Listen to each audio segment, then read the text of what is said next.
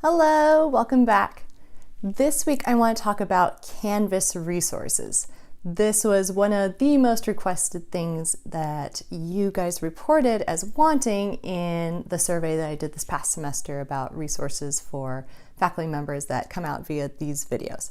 So I would like to go ahead and tell you a little bit about some of the resources that I find helpful for using Canvas, because I think there are a lot of resources out there because a lot of other universities use Canvas.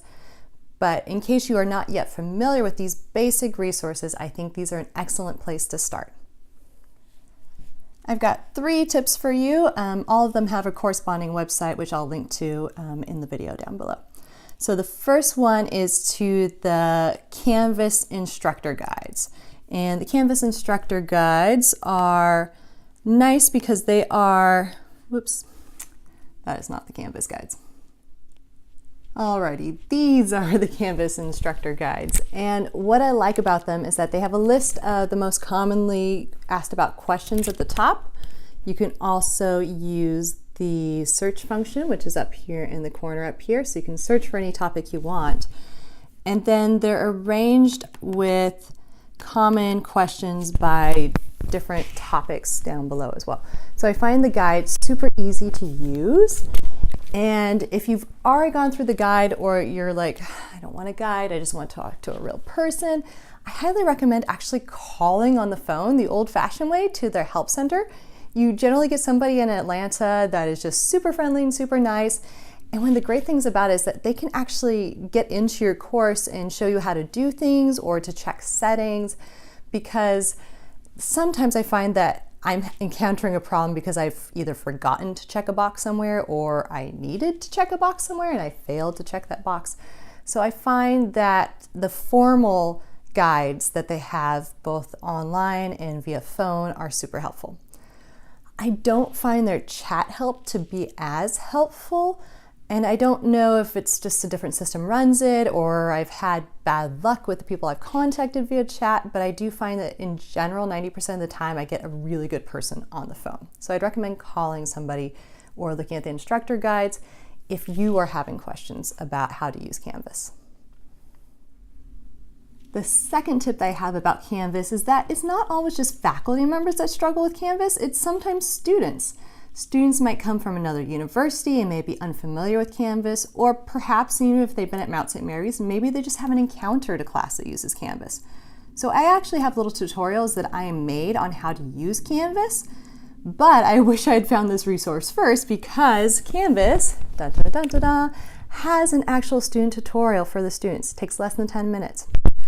It's fun, it's witty, and like I said, it's really useful for your students to familiarize themselves with Canvas as well. Because I find that sometimes the thing that students struggle with the most is like the first time they're doing Dropbox, or the first time that they're trying to view feedback from me and they don't know where to go and find it. So I find that if I do that in my very first week, it allows students to become familiar with the program, so that it's not the program they're having trouble with. I can actually just see if they're having trouble with what they're supposed to be learning or not. Now, my third and last tip, and I'll link to all of these websites as well, is that there is actually a public-facing free version of Canvas. And why that's actually a great thing is because when I go to plan my classes, often I don't yet have that shell in Canvas for my next semester. And so because of that, I actually use this public-facing site, which is free and it's still Canvas, to transfer materials to, so that I can work on stuff, or if I'm collaborating with somebody, I can include them in on the collaboration because I have more control over who accesses those courses. Now, if you have proprietary content in your Canvas course, you may not want to do this. You can make your Canvas courses on that public-facing site private, but often the purpose of those particular Canvas sites is that they are public-facing.